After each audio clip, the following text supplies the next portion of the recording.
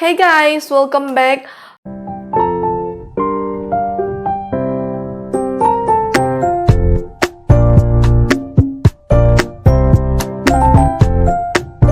Ngasili reading yamna atenba amatang tawjaramge haidi atenba haije dum hoi normal reading di oidane adudane aina relationship reading tawge tawbane ba do relationship reading se single singidi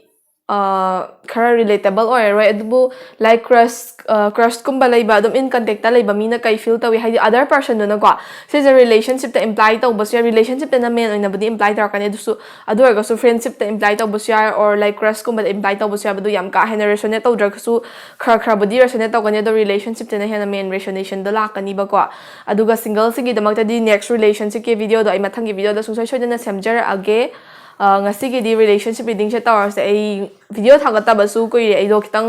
hadak se kitang chille ba adugi ne do adum sidagi di chang naina thagat pa ngamna bo hotna jage so ngasigi na di pal ani khatang khaidok charaga pal singdu dagi mana pal ama apa ama pal pick to biraga hai tare ko aduga adum card sing do khallaga reading se thawar se so for today let's get into the video.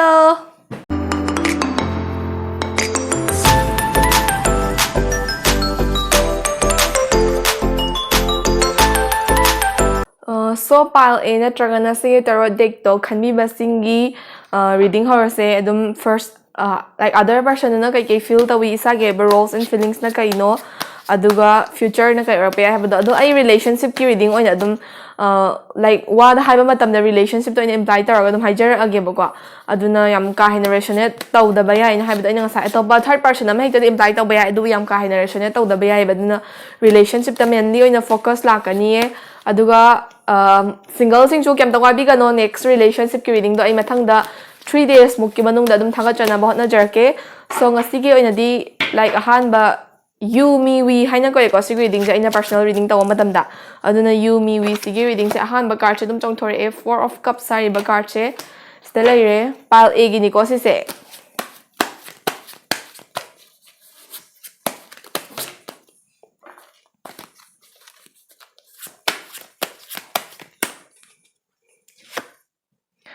Sina 2 of cups se reverse la a cups nga ta thola a nepal a sidi kai dawar za no cups se amna emotion gumba ga mai leina ba ka ne ko duna relationship ta di kitang emotional side ka relate tawra ani e aduga hoji lai ba phiam sida relationship sigi vision ko adu kai kai leke ha do 9 of coins sari ba card che adu si se thola a si de dum ngasai gi second card na reverse ne do si di reverse na tre aduga relationship sigi oiba whole energy hoji kari energy na radiate tawri ge habado yang minar se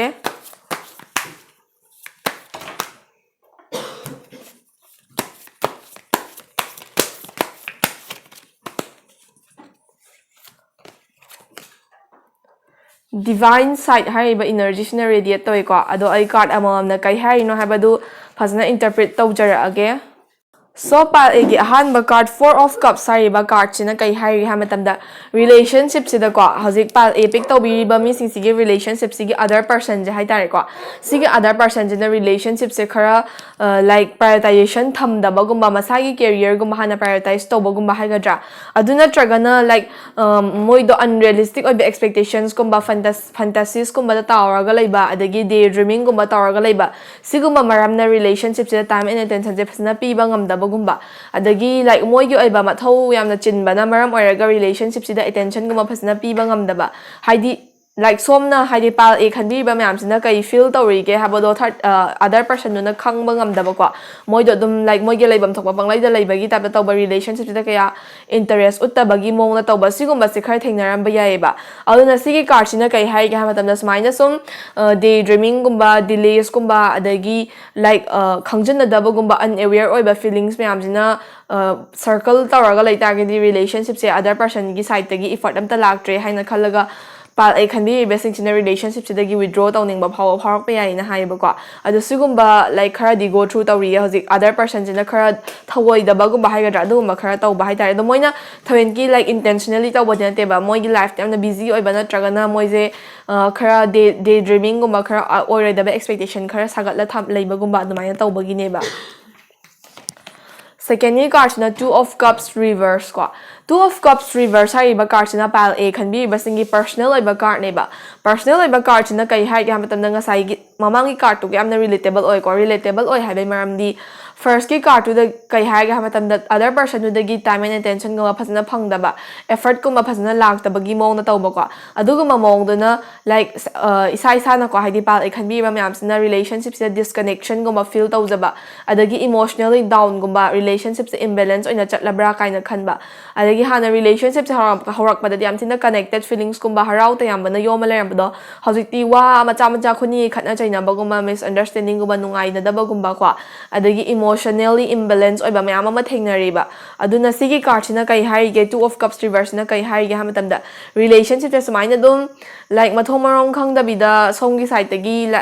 like third other person gi side tagi effort se la ira la tira khangda bida sumaina sum gyan men ta da bida laita gadi future the problem oyak pa yai na haiba ko aduna like current energy card to na su haira khine do si card sina haire se phattaba negative from the khandra kanda kari kari positive hana khanba yai haiba do adu khara khanbiyo na haiba aduga nine of coins hariba card sina future ne ba relationship sigi long term vision da di ko like victory adagi financial stability aduga mina acknowledge to biba adugumba free flow prosperous oiba adugumba future ama pi ba aduba hoji hoji near vision da di kai hai ga hamatamda isa na ko khara ju emotionally overthinking to bagumba kitang ka hena khanjin bagumba adagi atopa other person dugi side tagi su ignore gumba ni khangde adagi moina chinbagi ainang hai ge bado attention gumba pi bangam da bani khangde adugumba na maram oraga relationship se imbalance ali bana hoji hoji ko na division je kitang problematic oiba adagi makhata na misunderstanding gumba khara tholak pa ya ba adugumba vision amana circle tawri ba adubu future long term future da di ko isa na semdok na raga emotionally like mature oiba decision longna bangam magadi future da di aphaba prosperous oiba future ama laiba aduga relationship se karamba energy na radiate tawge haba matamda ko divine side hariba energy sina radiate taweba aina hojita ju mamangi two of cups card to da hai khebado haidi hoji hoji se dum negative side to khandri kanda positive oiba vibes kai kai lege hana khanbiyo na habado sigi card sigi matung ina relationship sida ko adum partner du na tawibado nungai te phai phate na thibagi mohota isa oina kari kari hena grow tawba ya na bahot na ba isa gi ju kari career da focus tawba ya ibu oigera na tragana hena grow kari higher relationship se grow tawna hotna ba yai haina khanmana phaiba maramdi negative adum khallaga phatta adum khallaga lerega di kashu laita ba wa macha da su wa yam chawthokraga nungai da bagumba se tholak pa yai ba ko aduna divine side hariba energy sina kai hai ga matamda see the good in whatever you do hai ba haidi isa na tawri ba thabak adagi like relationship da kari aphaba lei hojik phauda kari aphaba lei khre adumaina aphaba sing do han tawbiraga adum yam da appreciate tawraga hotna biraga di ngasagi prosperous oya future do chat pa ya ba chances se yam chawna lakani ba aduna divine side hariba energy sina surround tawbanina aphaba wakhal khan matam biyo yam negativity na surround tawhan bigano na haye so pal egi reading matang swaida loijare sidagi lawba yaba advice general advice lotion biyo so for today thank you for watching my video so pal bigi or sigi tarot deck se khanmi bado adugi reading do horse ado I say first part of the video na maga adum thaba ama chatlure adugi hojik second part of the video se thenga su thengna nama ine aduna hojik card ahum pick tower se pal bigi damakta ahamba card na 7 of swords sari ba card cha sigi card se reverse thole eba ko ubra khang the 7 of swords aduga second ni card na pile b khami basingi personal card ne ba sisina ace of swords sari ba card se reverse ante sina normal pick ne dum aduga pile b khami basingi relationship sigi hai tare ko adum future da kari vision like habado card se makha da matawna pungta tai haba safal taw ba kana khut se loi pangjal laba khangde sigi two of pentacles hariba card sina ko future gi vision da pidoi ne ba aduga energy card amaga draw tawrase pal bi gi damakta relationship se kari energy na radiate tawi habado yengase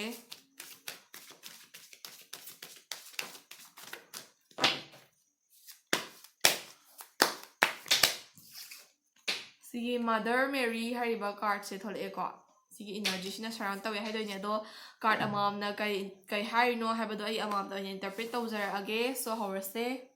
so okay how's ahamba card ko 7 of swords reverse na palbi khanbi basingi other partner do na relationship sigi da mata kai feel tawi amadi kai go through tawi habado har ka doine ba ado sigi card sigi mata ina kai hai ga matam da relationship sida ko sigi palbi khanbi basing sigi like other partner sigi am close oiba friends natragana relatives oigera ado mi kharana ayat apan gumba relationship sida ko haidi backstabbing gumba adagi like moigi secrets gumba da mingonda haidok piramba gumba dum nungai tana ba haitare ko palbi gi other partner sida nungai tana ba relationship sida get na ba thabak khara tawrame na haiba adugi thabak singdudagi hojik se like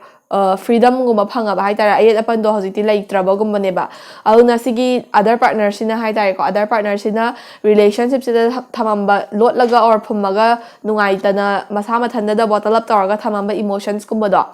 adugumba da hojise release gumba tawrakadabagi ngairaba or release tawrapa hawraba gumba ko aduga moi yona haidi like other partner do na nungayam da mayam do dishonest oiramba haidi phongdok tabida masada nang phumanga thamamba nungai taba mayam do loina ma confess tawrage na khallaba aduguma feelings na bound tawe na haiba ko ado tawrak ba oiramasu aduga tawrage na khallaba or tawrama ba oiramasu haiba ko ado aduguma confusion mayam do clear out tawnaraba matung da haitare relationship se problem guma khara leragada male ba hoje ado lerami ba problem jing do clear out tawnaraga smooth oina chatpe aba face ama lakadawreba maramdi hojiki partner sina ko relationship sida lerami ba misunderstanding me am de solve tawna bagi namta ma do fazna confess tawrage na khanba or confess tawraba gumba admaina tawrangani ba ado sumaina haye haidi like ayat apan leramba jing do dagi khara freedom di phangi e na haye ba hojikse second card in S of Swords hariba card pick tare ko the S of Swords hariba card na palbi khanmi basingi personal card neba personal card sigi matungina kai hai ge hamatamda palbi khanmi basing se like relationship sida aina ngasai mamang da hai ge du yam relatable oiga ne ko da palbi khanmi basing se relationship sida confusion ama da lera me ba kai da gi no ma dum relationship siga ba thaba ama tabge to matamda ayat apan gum dum lakpa gum ba problem ama gum dum tholapa gum ko sigum sin thengnai na hai ba do sigum ma am sigi relationship se oidora kari tawrino habagi confusion ama lerambado hojikti clarity khara phangba hawraba or phangdriba orgasu thuna phangakadawre haibagumne ko near future da phangakadawre aduna wabiraganu adu plus relationship with dishonest oibagumba do songi side ge sudum tawigano yarigai misunderstanding gumba je thamdana ba communication gap gumba se thamdana ba hona biyo na haye basiki second card china